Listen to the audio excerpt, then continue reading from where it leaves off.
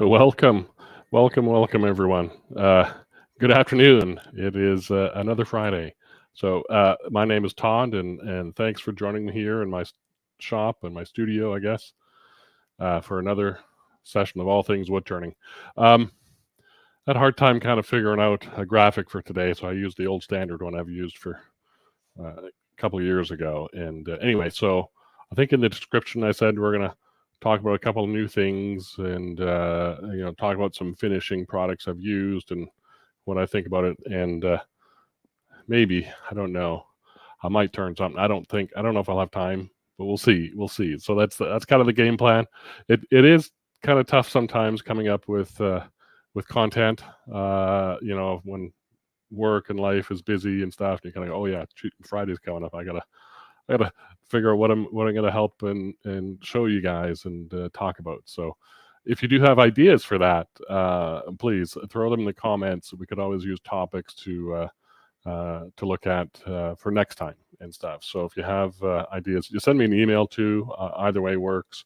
But this would help a lot, and I'll try and keep track of them. And maybe if Cindy's on, she can keep track of those as well. So um, anyway, it's a little muggy here today in Allen, Texas. We're in North Texas, just north of Dallas. Some tremendous storms going through last week or so. Tremendous amount of rain, tons of flooding, tornadoes. So for all of those in North Texas that have been impacted, I just hope everything's okay. Wish you all well, and if I got neighbors out there, give me a call. I'll see what I can do. But there were some storms down near Steve Worcester's place. I think he's okay, about 5 miles south of me. Yeah, maybe 10. And anyway, so I'm okay. We're fine. We had just tons of rain, a lot of good wind, but otherwise, pray and help out your neighbors if you can. Anyway, so it's a bit muggy here today. It's a bit warm. It's getting up to 90, and with all this moisture, it's a little sticky. So let me say hi to a few people. I kind of did in the intro as we were going through. So I'll back up. We got Philip from across the pond. Thank you. Larry Harrison. Good afternoon, Larry. And our friend David Perez up in the Pacific Northwest. So Richard saw you there. And I said hi in the beginning. Paul from across the pond. And another across the pond, Ian Coates. Good to have you folks from the UK joining us. I appreciate it.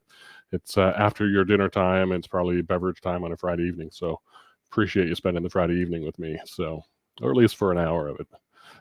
Cindy, of course, is here. And we got Mike from Fargo, North Dakota. Friend Lowell down there. Hope you're doing well as well, Lowell, and staying safe. I don't know if the storms hit that far south. John up in Anchorage. Good to have you here. And Dennis from New Orleans. I'm trying to get that down so I say that right. New Orleans. So, and Paul, good to have you here. A local guy, John Solberg. Good to have you here, John. Thanks for joining. Appreciate it. I'll get up there one day to the club meeting and say hi in person. Jim, good to have you here. Another Oregon guy. So this is a good lead in, David. Thank you. We're going to talk a little bit about that here in a moment. But yeah, that's a new tool. So that's something I want to talk about as well. So let's see. He is here. Tran. Thank you for joining. I think you're in Arizona, right? Let's see. That explains why Southwest did a bunch of change-a-roos. Hope all are safe in Greater Dallas-Fort Worth. Yes. We're doing good. So thank you. I appreciate it. And Ken from Trustville, Alabama. Hopefully safe there as well. Gary, good to have you here. Thanks for joining. Gary was winner of the raffle for ticket to my RD. He also won one of the items that I turned. So congratulations, Gary. Got your note. Thank you. That's very sweet, by the way. Thank you. And let's see. Cindy is saying it's a fine spring day, kind of quiet in the plant world. Yeah, dramatic storms up there. Okay, well, hopefully everything's fine there in your garden. So, yeah, it's 8:30 p.m. in the UK. Good stuff, Philip. Barry, Trent, sorry, missed the R there. We got a good Albuquerque. Oh, there we go. I knew I was close. I'm sorry, I was not Arizona, New Mexico. Thank you, he. Appreciate it. Rudy Lopez is coming here. So Rudy was or is, I think he's a demonstrator at the Rocky Mountain Symposium this year, so in September. So if you want to see Rudy, that'd be a good place to see him. So picking him up at the airport. Oh, good. He's so he makes sure you have lots of food. He's a little guy, but he eats a ton. So love Rudy to death. He stayed with us for a while too. So good guy. Say hi when you see him, and that'd be good. So John from New York, thank you for joining. Appreciate it. So yeah, if you have other questions or stuff, we can certainly talk about any of your questions that come up today. We can do a bit of Q&A along the way. So keep those questions coming in the chat, whether it's something we're going to talk about today or whether it's something you want to talk about in the future. That would be great to know as well. So please do that. So first of all, let's talk about, as always, it's another great way to get a hold of me through the website. There's my phone number and email and stuff. So if you have topics to talk about on these live streams, let me know. If you have something to talk about, a tool that you're interested, give me a call and or email, and be happy to chat with that kind of stuff. So I'm always accessible. Try to be anyway. So where's my button? There it is. So our friend Cindy Drozder, who's here today on the live stream, not physically here, but does these live streams as well every Friday, opposite of mine. So we go every 2 weeks, and so every Friday you'll see either one of us or maybe both. So if you want to get a hold of or get on, Cindy's, or find out where her live streams or her demos are, best thing to do is get onto her newsletter mailing list. I know I've been sending out a number of mails over the last couple of weeks about my demo and other demos and this stuff coming up. But you seem to like that, keep in touch and stuff. So I try and put other content in there. Sometimes I don't have a lot to say, but if you got photos of your turnings and you want me to publish them in the newsletter, that'd be great too. I love doing that. I do have some people that do that. So her newsletter, my newsletter, will both get you notified on when she's going live, when I'm going live, and our friend Lyle as well. So let's see. So speaking of Cindy, tomorrow she is doing a Banksia Pod class. So a demonstration, sort of an online wood turning teaching demonstration, as she normally does. Tomorrow is June 1. So this is the last day of May, by the way. And so we welcome June in with another demo from Cindy. It should be a fantastic one. I haven't turned one of these. I bought a couple of Banksia Pods years ago, and they're down in the drawer in front of me and stuff. So I've got to break them out maybe this summer and make the dust and get those turned.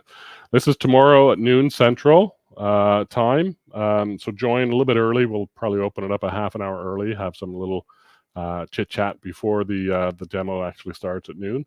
I'll be there as co-host as usual, and we hope to see you there. So check out cindydrozda.com to go get your tickets. Cindy, go ahead and drop the links in the chat for that, and help people get to find you. So this month we are, let's see, what do I have next? That's not quite yet. I'll show this first. The sharing session that we're going to do this month, or in June, as the June comes in, will be on the 28th. So it's a Friday, the 28th. So near the end of the month is when we're kind of targeting these sharing sessions. And that's a free Zoom meeting that Cindy and I co-host. And it's for all of you guys to come and show your turnings, show what you've turned over the last month, ask questions about any sort of aspect of turning, get advice from us as well as everybody else there, because there's a lot of great advice that goes in that chat. And I am sure Cindy would say this as well, but I learn something every time there from people's chat, as well as get inspired by your guys' turnings. It's amazing the kind of stuff you guys create, and I love to see that. So yeah, I think that's that's it for the banners. So what I had here is a robust tool. This came out new this month of May. I believe it was May, early May.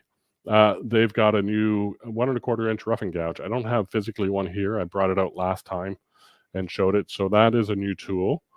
Those are up on the website. We have those in stock, by the way. So take a look at those, and then I will get over to, I'm just checking the chat here. So let's see. Let's see. Larry is here. Thank you for Larry Hunter. We had Larry Harrison up above. There we go. There's Cindy. Get my live stream, cindydrozer.com/html/signup/html. So you'll find the sign up right on your front page as well. You can find it from there. So that is there. She posted that on the StreamYard, and here she's posted it on YouTube. So well done. Bill, good to have you here. Thank you for joining.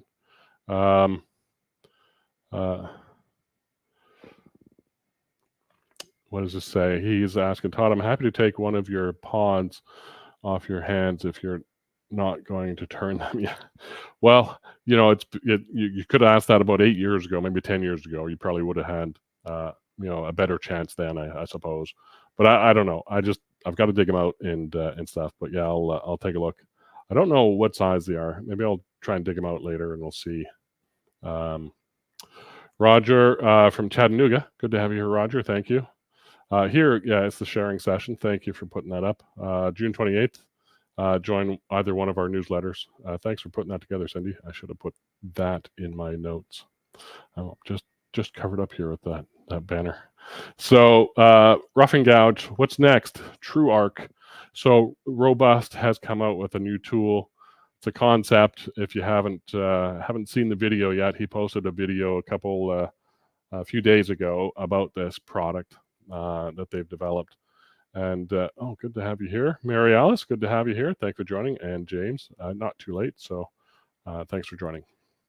So TrueArc is a tool. It's a captured tool for doing very subtle curves. Could be any radius. I don't know, as long as the tool can reach. I think it's 4, 8, 12, 24 inches maybe.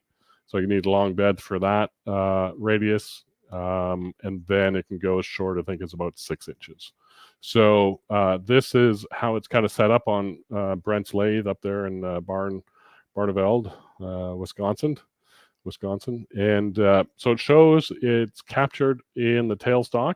So the tailstock Morse taper device. Here's a picture of all the parts and pieces. So this bottom one is a number 2 Morse taper, goes in your tailstock, and it's got a swivel pin on the end with a threaded rod and nut. And that basically assembles together the bars at the top to any length. So there's a 4-inch bar, an 8-inch bar, and a 12-inch bar. And then the handle is all based on his collet system, the ER collets.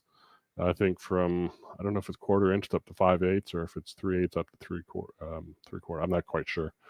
I'm not sure which one collet range it is, but you can find the specs on my webpage as well as obviously Robust. And what it does is the collet system will hold this small 1/2-inch scraper. Now I do have one of those. I don't think I have it out, do I? No. I was turning some stuff the other day and I didn't need that little scraper, but that little scraper is basically at the end sitting on the tool rest, and you have to kind of produce your general curve, with traditional tools, and then you get this tool out, and little by little you either advance the collet system. There's a quick release, and that middle shaft there on the shaft is a quick release. You can move that, or you can move the tailstock ram and move your tool in and out. Take a sweeping pass, come back out, advance a little bit more, sweeping pass, and so you get this perfectly smooth sort of surface, or what am I trying to say? A dished profile that is very hard to get perfect with hand tools. With patience and a lot of patience and proper sanding technique, you can probably do it with traditional tools. But as soon as you put that glossy, film finish or what kind of finish on it that's got some gloss, you see the light reflections, you might see some variations in that smooth path, that smooth surface. This is trying to help eliminate that and make that a feature. So let's see. Let's see. I'm just looking at the chat here. Cindy wonders if this would be an advantage for turners with physical limitations. Could be. I think it's, I don't know that I would see it as a captured system for any tool. I think this is primarily made for taking fine cuts with a scraper. Could be a regular, single bevel scraper or a negative rake scraper. But I don't think it's really meant to kind of, hold a gouge or anything like that. I'm sure people will try, but mostly for getting nice smooth surface on that radius that you want. And the video that Robust did goes through a good explanation of its setup and the various diameters or I guess radius curves using the section log, the sections of the tubes, or just the other collet section just directly connected to get a really short radius. Goes through that. Also goes through different ways of finding that radius. He's printed up some tables, I guess, of how to figure that out. There's a formula for figuring out the radius from your diameter and your depth and stuff. So of your bowl that you want. So those kind of things you can find in the video. I have a link to it on the product page. If I switch to that, maybe we can do that. Let me see what's the best way for me to do this. Here. So here on the product page, we've got a big banner for it here, True Arc. And am I not on? I think I am. There we go. So we click that, we get to the product page. It's $3.99 is retail. I do have to say that Brent has just announced a deal, and I can find it here. There it is. Use the coupon code TRUARC, TRUARC, in my checkout. I think on Robust side, there's a hyphen in between the two, TRUARC. But use that coupon code on Woodturning Tool Store. You'll save 10% and you'll get free shipping. So $3.99 minus the so $400 minus the $40 plus free shipping for this month. Well, not May, but the month of June. It's going to end of June. So we did have a customer buy one already this morning. Ralph, if you're out there listening, you will get the discount. You didn't. It didn't come through on your order. I think what I may do is end up enforcing or force the coupon to apply when everyone buys one, so that nobody misses out on the deal. So I have to change that. So if you go and buy one, we don't have them in stock right now, but we can get Brent to drop ship them to you until we get stock in. So he's welcomed us to do that. So so go ahead and order from me, order from Brent, order from one of your other True Robust dealers, whoever you like, and try this system out. Give it some run through. I'm hoping to get one in myself and try it out sometime this month, and see, because I do some small square plates. Can maybe do a bigger one with this oak and make a nice arc. I think it would look really nice in this oak. So I'm looking forward to trying that. So that is and what I wanted to show here is there's some description on it, and here's a link to the video. So this is a YouTube video, excuse me, that Brent put out, and it explains the whole thing. It's about a 14-minute video, and maybe not that long. I'm not quite sure, but it's good to watch, and well done. So so there it is in place. The parts and pieces. Here's showing the length, I guess. I think this is, or the full tool. Here's the shorter version. So you can see how short you can make it. So that's a tighter radius, a steeper curve, and then how to calculate the radius. So there's a few images there. Brent's got more images on his website, so check that out. That should be an exciting product. I'm looking forward to getting it in. So True Arc for 10% off that for the month up until the end of June. So that would be it's gonna be a fun one to look at. So where am I at? Back to here. So I think that's what I had for the True Arc. Let me look at the comments here to see what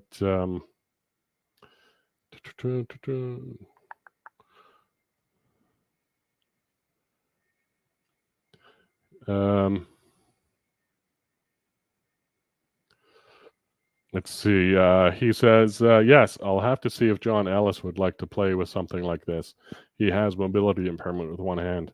Well, that's a good point. So, yeah, if you can get the whatever form you're turning into a rough shape and then use this to true it up, certainly can be done with one hand. We had a turner in our club that was single-handed as well, and it was amazing the stuff Roger did.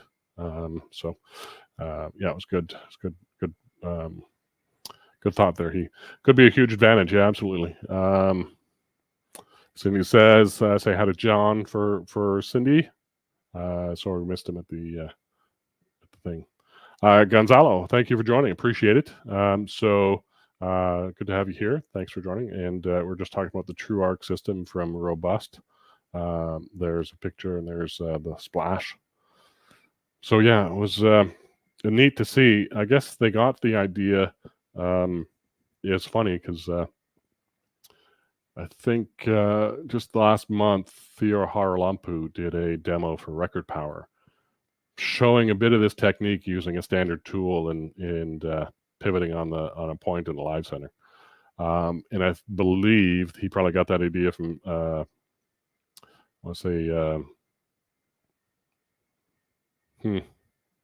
can't remember his name now. Australian turner. I can picture his face and his voice. Terry Martin.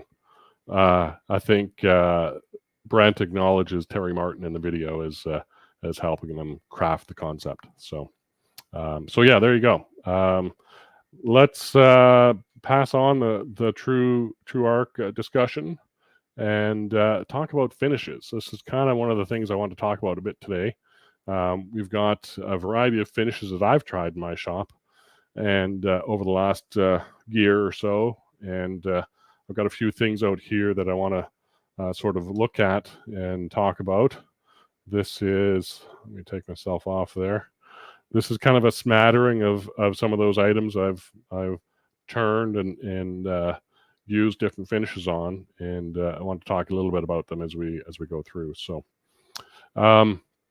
if we look at the slide, maybe we'll start in the top left. Waterlock's original sealer finish, and so if we look at these guys down here, Waterlocks I used on this little bowl as a sort of a test of this figured maple. That was a test to see if I wanted to do this on this large Ikebana vase, whether I wanted to do that in Waterlocks or not. So I also tried dyeing to see what the dye would look like and stuff on this figured maple. And the piece that I had here had nice figure on one side, but not so much on the other side. So it got pretty muddy on the end grain, as dyes do in maple, and on the end grain there.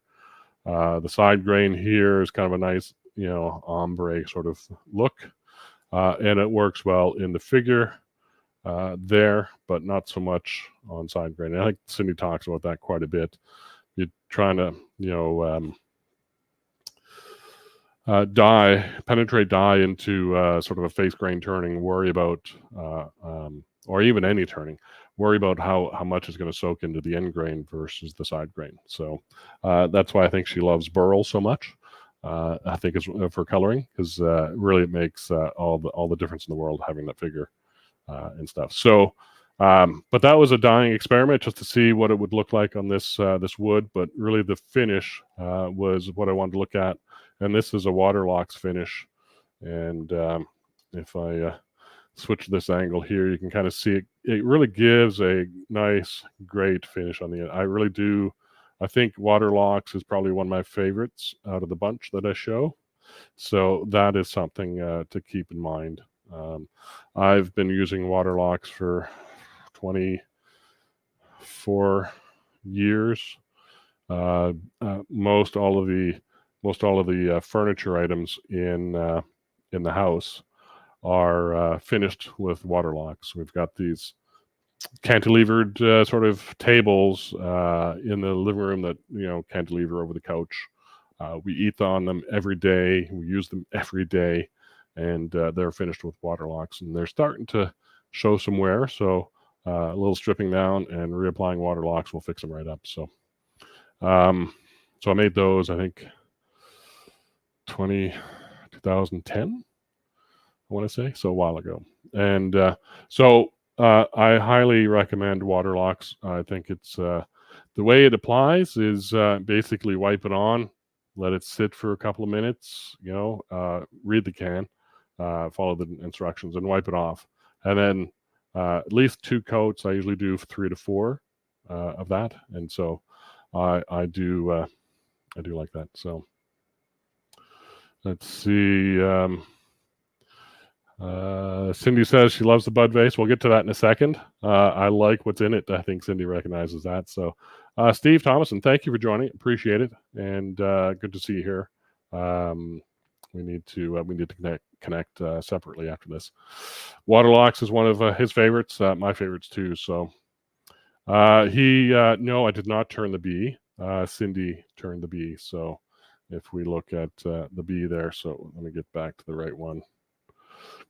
This little bee was one that Cindy turned during the vendor showcase event that we had this spring. So it's really kind of fun in this little Bud vase because as I pick it up, it moves around and just looks like it's flying. So this little Bud vase, by the way, and let me get your comment off there. So there she turned the bee at vendor showcase.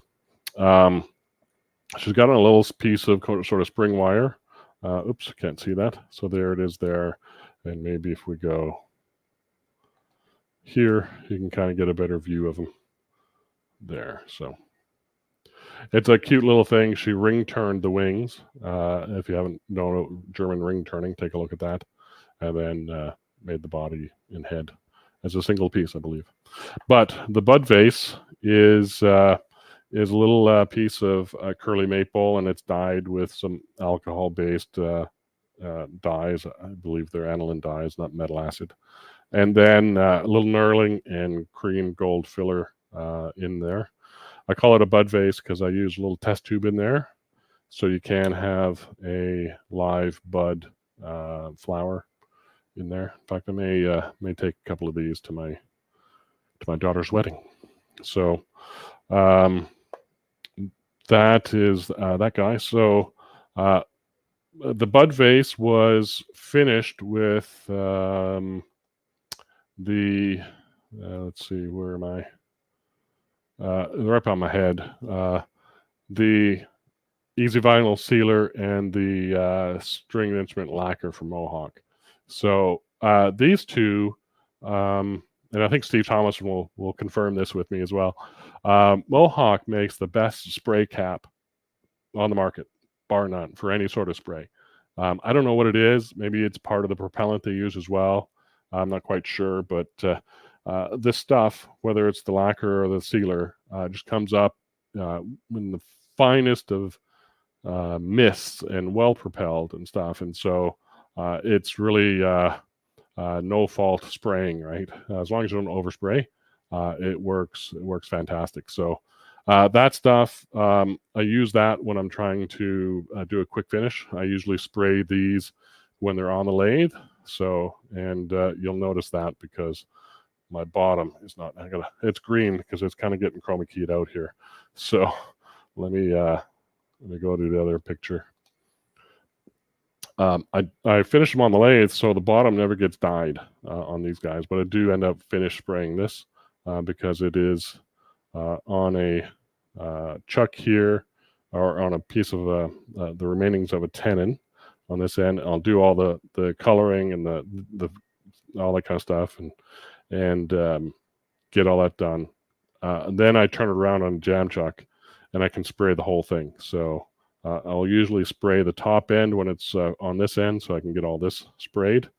I'll turn around the jam chuck and be able to spray this back end, but I leave that free. I usually sign them. I haven't signed this one. My wife's going to get at me on that one. So that's a spray lacquer finish. I do like that one.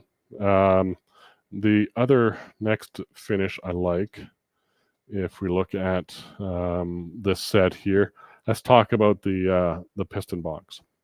Let's see.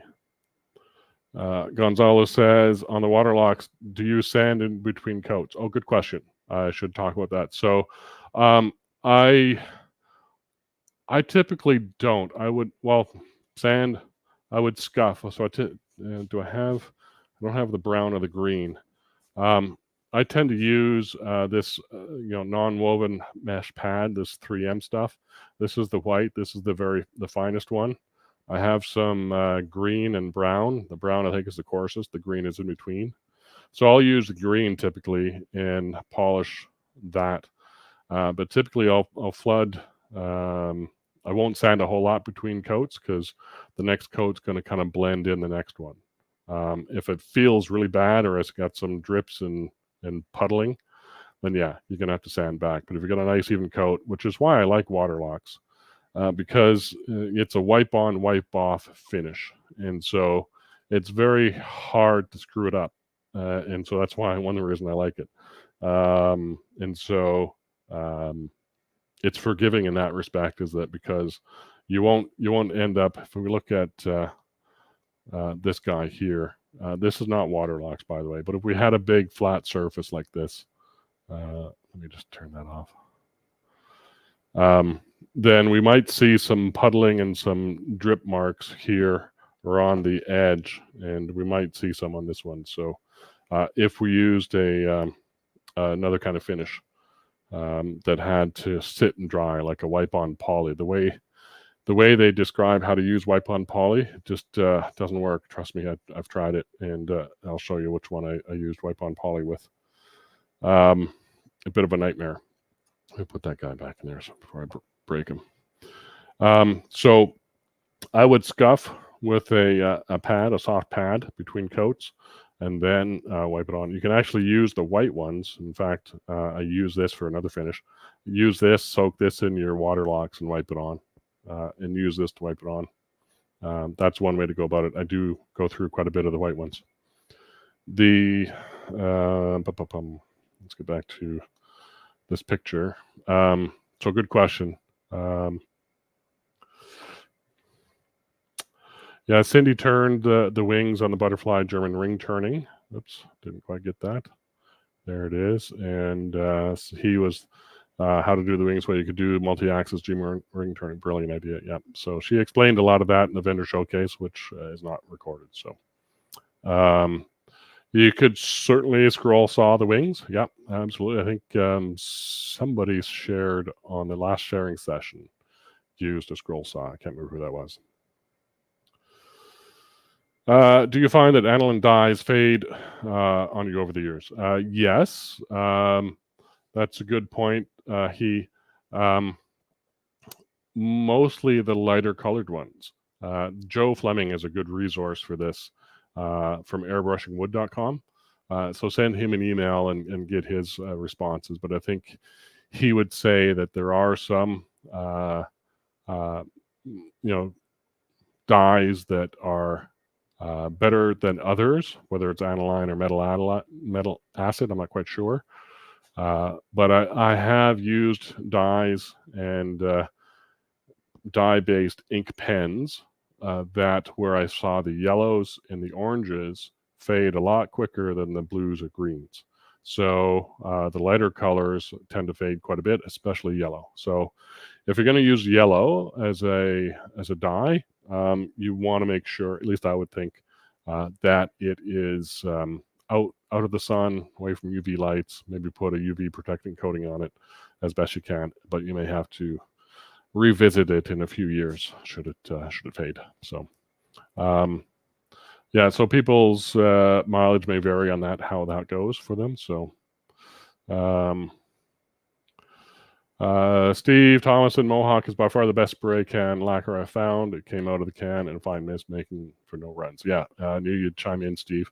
I think you kind of got me onto that Mohawk stuff. So thank you for that. Yeah, it's the best stuff. So I've got other Mohawk products. I've tried their non-grain raising dyes, blues and greens and reds. They seem to work fine. I haven't done any long-term testing. I've got some, in fact, where's that little guy? He is here somewhere. Let's see if I can find it quickly. I have this little bowl that I spray painted. And there it is.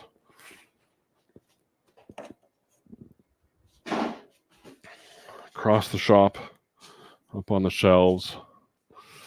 And I'll show this on this guy here. This little bowl is spray painted with silver Mohawk spray, metallic silver Mohawk spray. And I tell you, it produced a fantastic finish. You can see the glare off the light there. It's kind of hard to see, but even on the natural edge, this was just a concept sort of thing, turning. But I was really quite impressed with how well it laid down this finish. No drips, no runs, 2 sprays, and we're fully covered.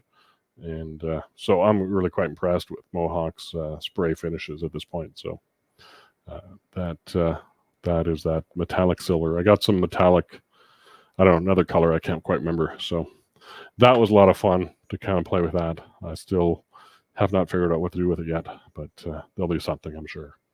I give some people ideas. So let's see. That was a little bit of a tangent, but a good one.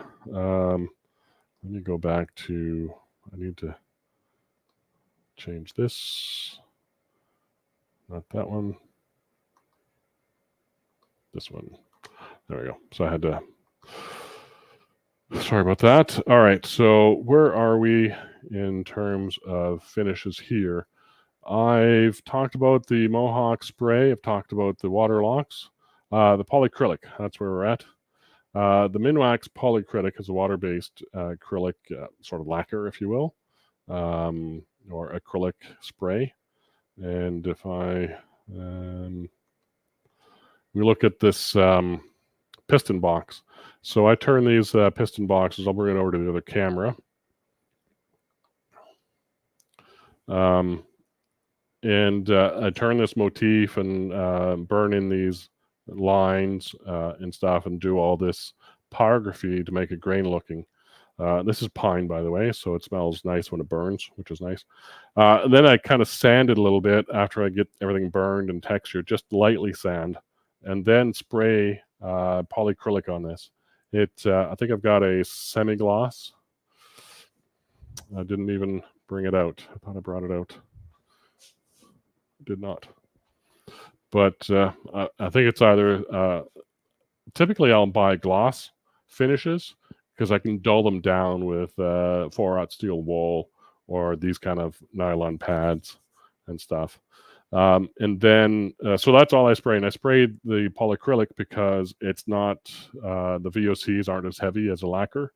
And so in a closed environment like my shop here, it's very easy to spray. But I do not really spray the insides of my piston boxes. This is bare pine, unfinished, both inside here and inside here. So these interiors I leave unfinished because somebody may use this for pills or candies or something like that, and I'd rather have them not have a film finish or any other sort of finish, perfuming. If you end up smelling these things, still smells like pine. If I was to put a shellac or a tung oil or any sort of oil finish in there, it would ruin the flavor of any sort of gum or medicines or anything in there that I wouldn't want to deal with. I also make this sort of box as a toothpick holder and I don't want my toothpicks smelling like finish, so I just leave them bare. But that's polyacrylic. I really like the Minimax polyacrylic for this kind of finish. I think it's fantastic. So there's some good ones. What's next? The Mohawk over there is the Woodturner's friction polish. So that is something I used a bit on my last demo. And that I used on this guy, the little cup. So this is, I've used a lot of friction polishes in my early days of turning. And this Mohawk stuff used to be the Balin's product. Balin's, I think, was bought out by Mohawk years ago. And it's basically a shellac-based, shellac and wax-based finish that you put on the lathe as it's spinning, and then friction polish with the heat of the spinning lathe builds up a finish and a shine. They tend to wear out quite quickly in terms of handling and use. So it's not a long serving finish. It will look good for the first couple of times you use it. I don't use these shot glasses. I haven't used this one to actually physically drink with, so it's not something I've used to drink with at this point. This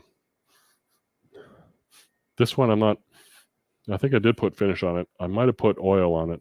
So typically I will, one thing I haven't put up in this picture is Mahoney's oil. So I've used Mahoney's oil on a few things, and this may be one of them. But in the demo, I used friction polish on this and honey dipper and a few other things. And it's going to be food safe. You know, shellac is what they put on the coating of the M&Ms. Shellac is on a lot of candies, as well as carnauba wax. And so they're edible, food safe, but the flavors may taint whatever you're eating. So just be aware of that. But I've tried this Mohawk product. I've tried Triple E. I've got the Yorkshire Grit stuff. There's a few other friction polishes out there as well. They're basically kind of all the same. So that's kind of just a utility finish, just on the lathe. If you're in a hurry doing some craft items, it'll be good to show that way, but it's not going to be a long wearing finish. So I use them when I just want to display something on the shelf, not really getting used. Then that's quick and easy finish. So that's kind of middle of the road for me in terms of what I like. Let's see. Oh, hey, Michael. Good to have you here. Thank you for joining. And Joe Fleming, check out what he's talked about. Give him a call, drop him an email, and he'll talk dyes with you for sure. You're welcome, Gonzalo. Appreciate it. Where do you buy the Mohawk finishes? I get mine at my local hardware store. We've got a Elliott's Hardware. It's an old, long-time Dallas hardware store. We got one branch up here in Lucas. So I get it there. You can get them at Sherwin-Williams. I'm not sure you're going to get everything from a sort of retail or consumer point of view at Sherwin-Williams. But your local hardware store should carry them. Ace Hardwares. Don't think you're going to see them at Home Depot or Lowe's. Don't know. I haven't seen them there. So at least in mine. So those kind of places, local hardware stores. And there's a few places that sell online and stuff like that. So hopefully that helps, David. Jim says, Sari Robinson would study, yeah, okay, fungal. Researching fungal dyes, won't fade in sunlight. She extracts the dyes and colors. Wood objects, fantastic. She extracts the dye and colors wood. Okay, so she's extracting some sort of, what different colors, Jim? I mean, I don't know what other fungal dyes there are, except for black, but obviously I'm not a scientist like Sari is, so interesting. So, wonder how expensive those are going to be.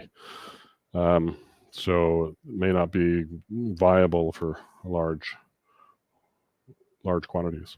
Anyway, interesting to hear more about that. So let's see what's next. We've talked about the top row pretty much. Let's talk about the bottom row. So let's start with the polyurethane, wipe-on polyurethane. So here is, let's see, in the way, Todd.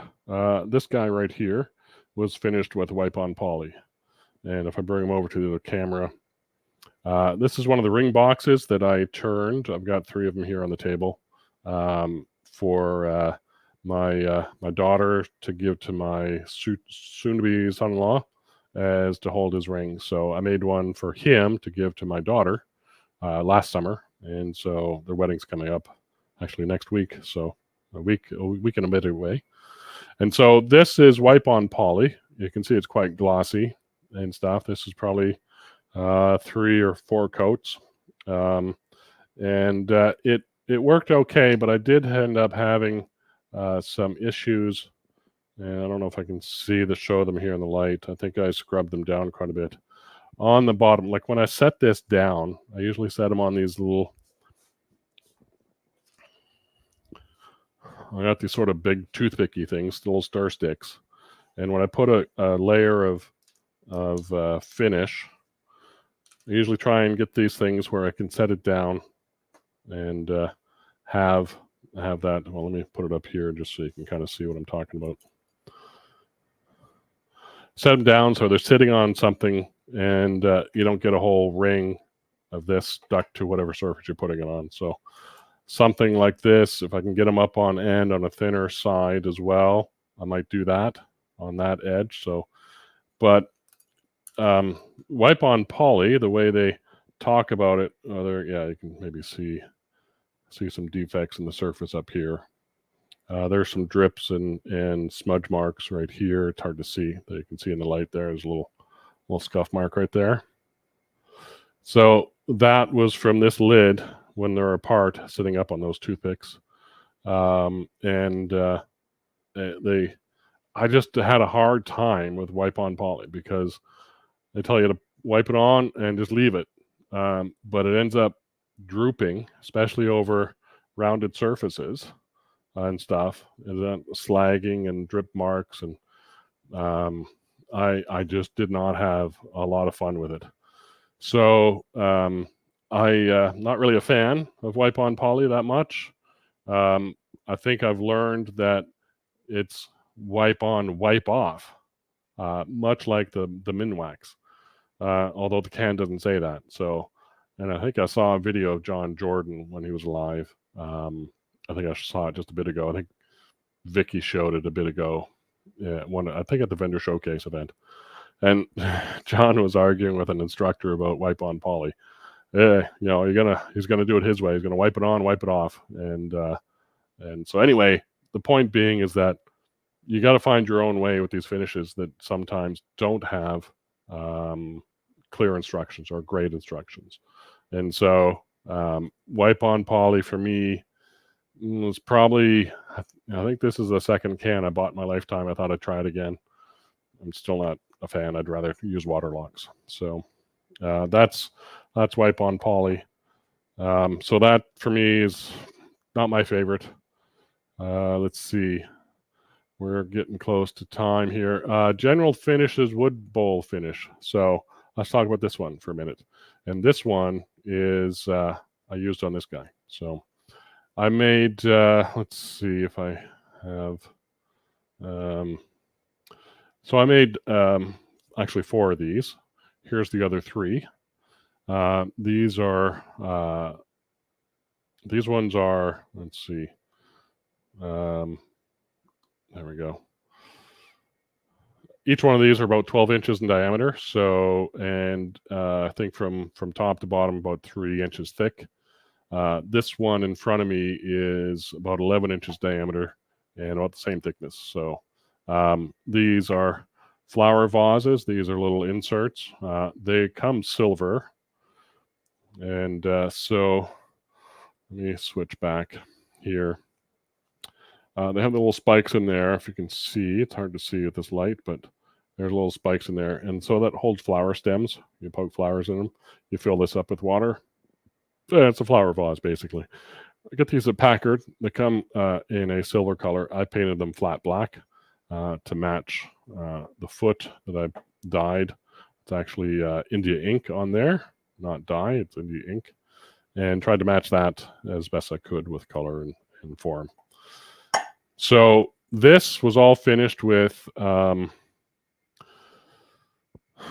General Finishes wood bowl finish. It was a thin, very thin finish that I basically flooded on and wiped off. And I did have problems with it being sort of one of those finishes that says, let it dry. Because of the form, these are slightly domed on top. This one's rather flat. If you look at the profile, it's rather flat, but the other ones are quite domed. And then end up getting some, take that out before it falls out. This one's not too bad, but there's probably a drip or two that I had to scrub out. So here's a sort of a dull area in the finish right here, where I had to sort of scuff off, again, using these nylon pads, some slight drip area. So as I went through and experimented, this was the experiment one. So this is the one we're keeping, and the other three are going to my daughter for her wedding. There's her Lori and Chris. Put a little paper insert in there. I'll find something a bit more permanent, maybe a laser at some point to get that done. But this was the experimental piece, and so this was the first time I used that wood bowl finish, and it looked great. I love the tone that it gives, and I love the sheen that you can build with it. It's fairly easy to use, but you have to fight drips and pooling and that kind of stuff. So my method ended up being using one of these as an applicator pad and swirling it on. And then just as quickly as I swirled it on, I would wipe it off with a paper towel and then wring this out or get this as dry as I can and then just smooth everything out. So I basically had two of these guys going at one time, one that was soaking wet and one that was rather dry, and went through quite a few of these little pads doing the other three. So that worked out well. I ended up building up a glossier finish on the three in the photos. So here's sort of the top view. There's sort of a side view of them. So these ones have probably 4 coats, I would say. And then this one here probably has 2. So you can build up a sheen. I actually really like the sheen on this one. It's just sort of a very matte satin, or a little bit of sheen to it, but not a whole lot. Beautiful wood as well. And then the back there just dyed black. So those were so salad bowl finish. Yeah, I think I'd use it again. Knowing now how it works a bit, I do like it. So let's see. Got some comments here. Let's see. He says, "Thank you. Congratulations on the family. By the way, thank you. He appreciate it.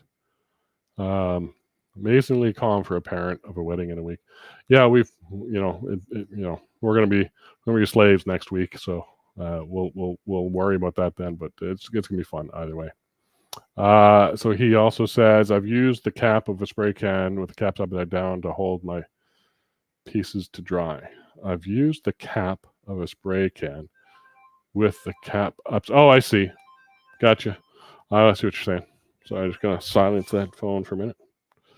So you're basically taking a spray can, taking the top, using that to set your piece on. Gotcha. That's a good idea. Yep. But try the Mohawk sprayers. They actually sell the sprayers as individual piece parts you can order. I haven't found a source. I haven't looked for them, but I saw them on their website. Let's see. I use Minwax wipe on poly like an oil finish. Wipe it on. Wait a minute. Wipe it off. Yeah, that's what I found you have to do. That's not what the can says. So just be aware. So Kent agrees, or Roger agrees. Sorry, Roger. And he's wipe on the poly, let rest 10 to 15 minutes, wipe off, let cure 4 hours for more, repeat half done time. Not my favorite. Yeah, I even think 10 to 15 minutes is too long. All depends on your weather situation, your atmosphere, and your shop.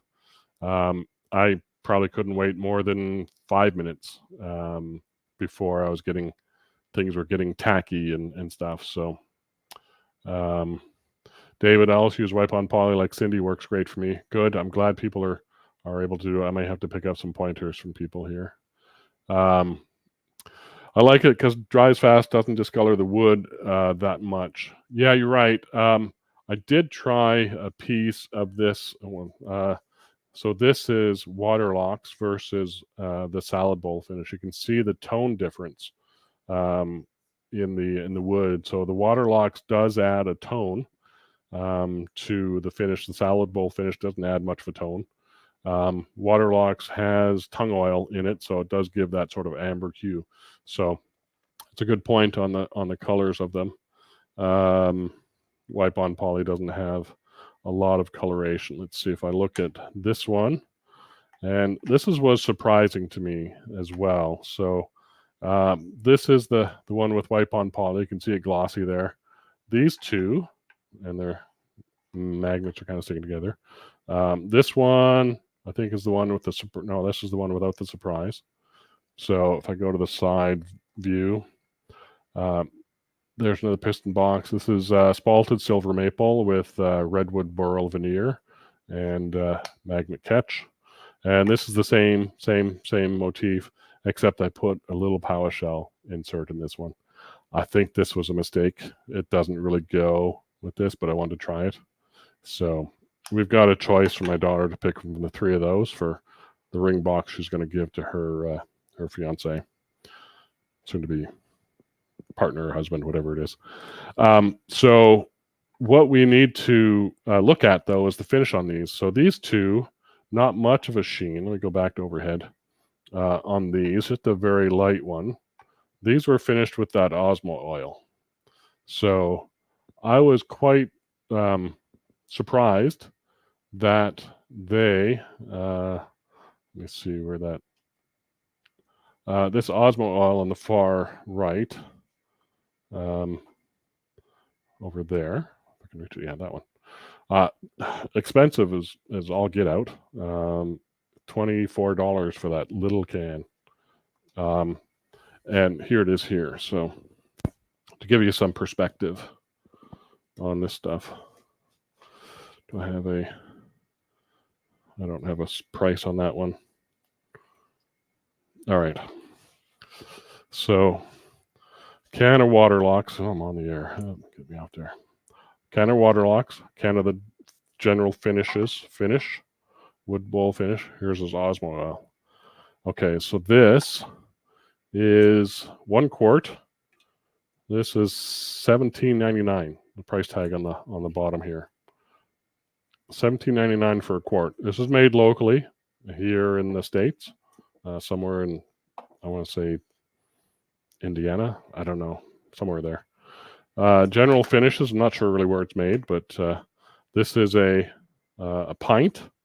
So I think that's half of that. I'm not quite sure. Pints and quarts.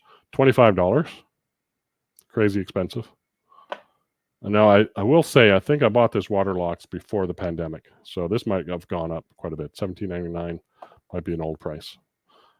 This little guy is what, 4.2 fluid ounces. And that is $22. $22. So I thought I'd give it a try, and I'm glad they sold it in a small thing, but very expensive. It's a very sort of honey-like viscosity, and it's a wipe-on, wipe-off thing, and I think it works well. But I was surprised. What I was surprised about it didn't impart a lot of color. It didn't tone the wood down a lot, not as much as this guy. So look at that maple there versus that maple there. So there's a lot of color difference. Let me go to the other camera. Between those two, in my estimation, this is a tone darker than this guy. So this Osmo oil did not impart a lot of color, which I thought it would. What I understand, I think from our last sharing session, is that maybe maybe a video I saw, but this is basically, what did I hear? It's 10 parts something with 1 part carnauba wax. I don't know if it says on here, but so it's not hard to make yourself, I don't think.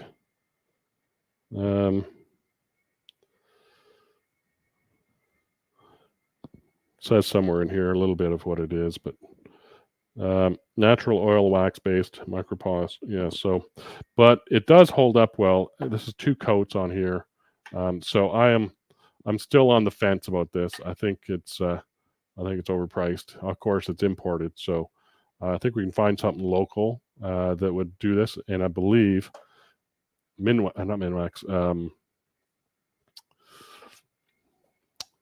Mohawk has a hard wax oil, but it has a hardener that you have to add to it that makes it hard. So I think it's meant for more professional finishes, like a gym floor, something like that. But maybe something to explore. So anyway, that is my sort of fit or finish on all these guys. So this Osmo oil was easy to apply. It was just pour some in a little bucket. I got one of my old bowls that is basically on my fishing receptacle. So this has got about 50 coats of whatever on it. But pour a little in there, and then I used a paper towel just to. Actually, I used a brush.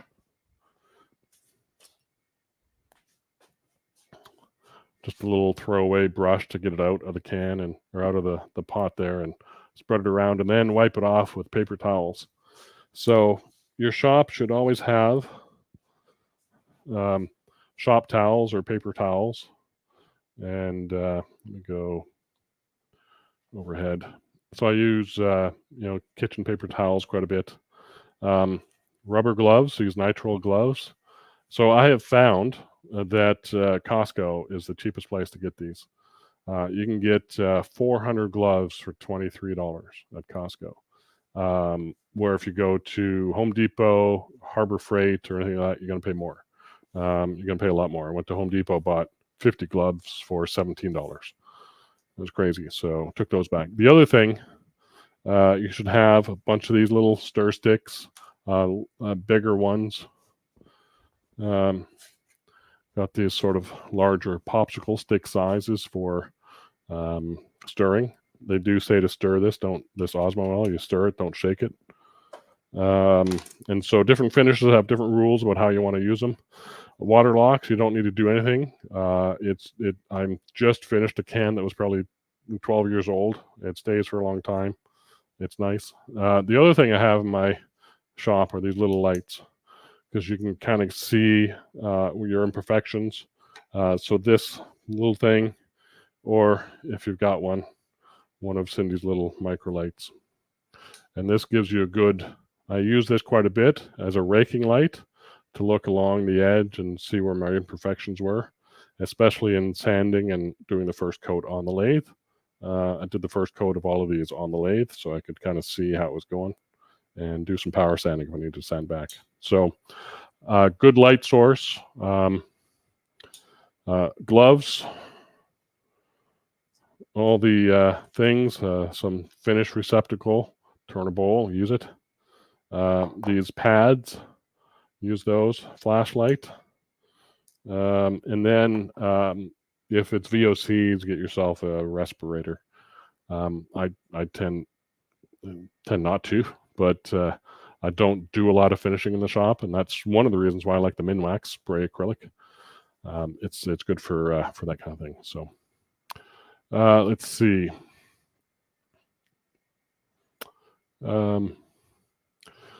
Todd Williams says, use pieces of old bandsaw blade bent into V-shape, teeth up, very little contact. Oh, that's a great idea. Good tip, Todd. I did just break a bandsaw blade 2 months ago, so I have it somewhere. I think I'll do that. That's a good one. I like that. I like using things that are broken. Yeah, I use round dowels, so round dowels are good. I do have some of those, but I don't have enough, so I have plenty of these little guys. So this is what I used. Ikebana or something like that. Nice. Yep. Perfect. I do. Yeah, my daughter's right into flowers. So let's see. Doesn't work great for film finishes until after they dry. Yeah. Okay. Good. Good to know. Jim has got some comments. Testing to color fabrics, rugs, etc. Each different type of fungus makes a different color. Okay. Green, yellow, red, blue, orange, trying to get full range, 206 colors. Check our website, northwestspalting.com. Okay, good resource. So people go and find that. This is Jim's talk about how it's Sarah Robinson's doing with spalting and fungus and colors and stuff. So good. He says, John G, I bought bud vase tubes from Cross Supply. Yeah, I got mine off of Amazon. So these are, I get that little guy over there. These are 10 mil by 75 mil borosilicate glass, and they've got the little rim on it. You can get the ones without the rim. If you do a rim, then you do a little relief cut in your bud vase. So if we go here, you can see there's a little relief there in the bud vase for the little rim on there. And then this happens to be a 1330 seconds drill hole, and then goes in like that. Yeah, good questions. So let's see. General Finishes in Wisconsin. Okay, good to know. Do we know where Waterlocks is? I think it says on here. Waterlocks, I know, was.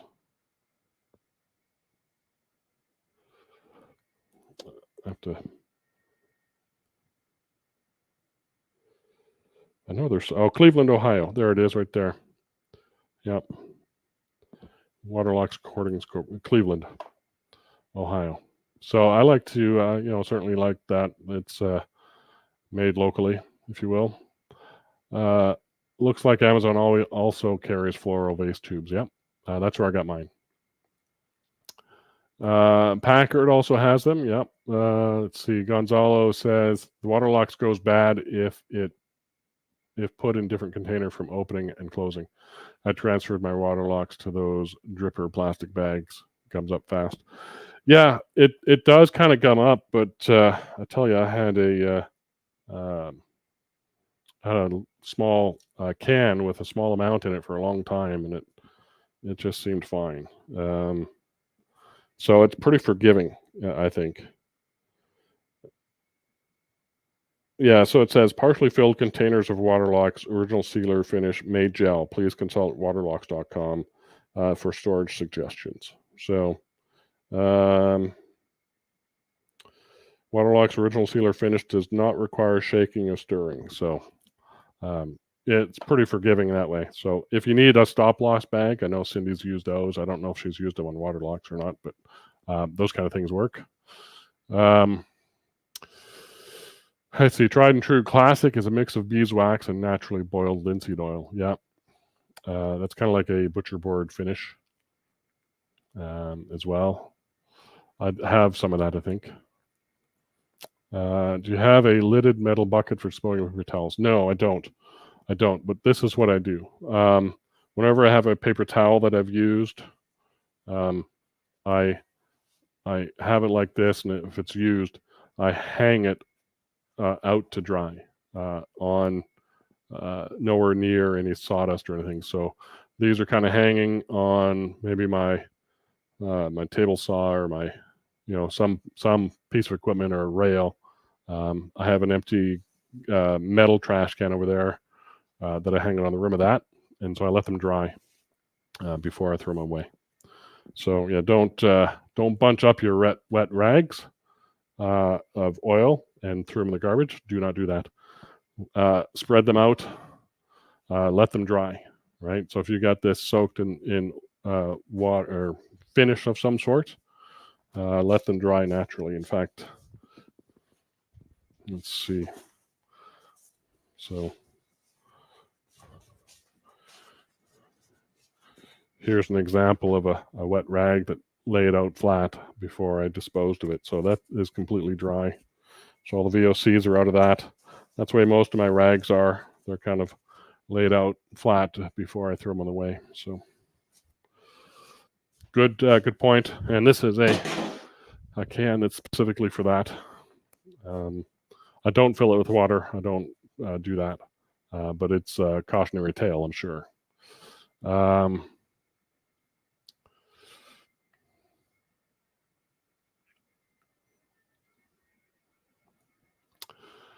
Wow, 12 years of water locks. It's always congealed in a can for me. I don't know why. I had good luck with it. So I didn't, open it very often. Let's see. So Steve has stop locks bag for his water locks. Cindy's had good luck with them. Bloxygen is what Chuck has used. Good. Thanks for the useful tips. Got to go. I think I've got to go too. So, do you use sanding sealer at all? The only sanding sealer I've got at the moment is this Mohawk vinyl sealer. So this is what they recommend underneath the stringed instrument lacquer. So these two kind of are a matched pair for me, and I think that's what Mohawk recommends.